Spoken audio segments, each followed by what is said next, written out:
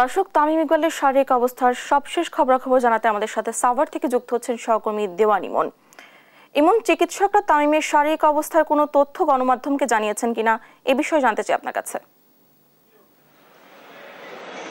জি ধন্যবাদ। আমি এই মুহূর্তে রয়েছি আশুলিয়া যে কেপিজি হসপিটাল রয়েছে এই হসপিটাল, এবং এখানেই কিন্তু চিকিৎসা নিচ্ছেন সাবেক বাংলাদেশ জাতীয় ক্রিকেট বোর্ডের যিনি অধিনায়ক তামিম ইকবাল তিনি, এবং কিছুক্ষণ আগে কিন্তু এখানে তামিম ইকবালের যিনি চিকিৎসক রয়েছেন রাজীব, তিনি আমাদেরকে ব্রিফিংয়ের মাধ্যমে যেটি জানিয়েছেন যে তামিম ইকবালকে যে অবস্থায় নিয়ে আসা হয়েছিল এবং তার থেকে কিন্তু এখন অনেকটি তিনি সুস্থতা অনুভব করছেন।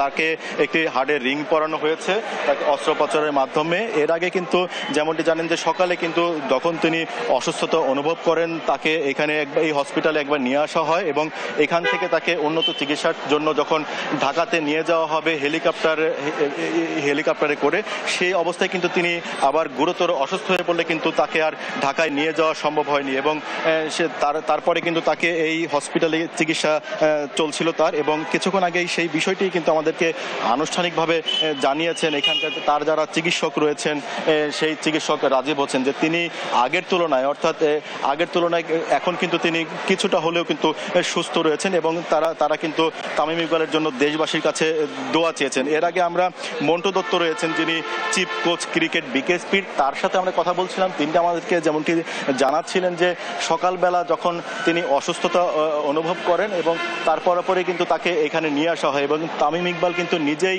তাকে একটি এয়ার অ্যাম্বুলেন্স নিয়ে আসার জন্য ঢাকায় নিয়ে যাওয়ার জন্য কিন্তু বলেন, এবং সেই অ্যাম্বুলেন্সটিও কিন্তু বিকেএসপিতে চলে আসছিল। তবে সেই অ্যাম্বুলেন্সে এখান থেকে এই হসপিটাল থেকে অর্থাৎ কেপিজি হসপিটাল থেকে কিন্তু তাকে কিন্তু বিকেএসপি পর্যন্ত নিয়ে যাওয়া হয়, কিন্তু তার শারীরিক অবস্থা তখন যে অবস্থাতে ছিল তিনি অজ্ঞান হয়ে যান। তার সেন্সলেস হয়ে যাওয়ার কারণে কিন্তু তাকে আর ঢাকাতে নিয়ে যাওয়া সম্ভব হয়নি, এবং পরবর্তীতে এই যে হসপিটালটি রয়েছে কেপিজি হেলথ কেয়ার, এই হসপিটালে কিন্তু সর্বোচ্চ চিকিৎসাটাই কিন্তু তার এখানে চলছে, এবং এখানে কিন্তু তিনি এখন আগের তুলনায় অনেকটা ভালো রয়েছেন বলে চিকিৎসকরা আমাদেরকে জানিয়েছেন। পাশাপাশি কিন্তু আমরা এখানে দেখেছি যে বাংলাদেশ ক্রিকেট বোর্ডের সহ অন্যান্য যে সমস্ত কর্মকর্তারা আছেন তারা কিন্তু এসেছেন, এবং তামিমের স্বজনরাও কিন্তু এই হসপিটালে রয়েছেন। আমরা কিন্তু এমনটাই জানতে পেরেছি। তো এই ছিল আমার কাছে সর্বশেষ খবর। ধন্যবাদ আপনাকে।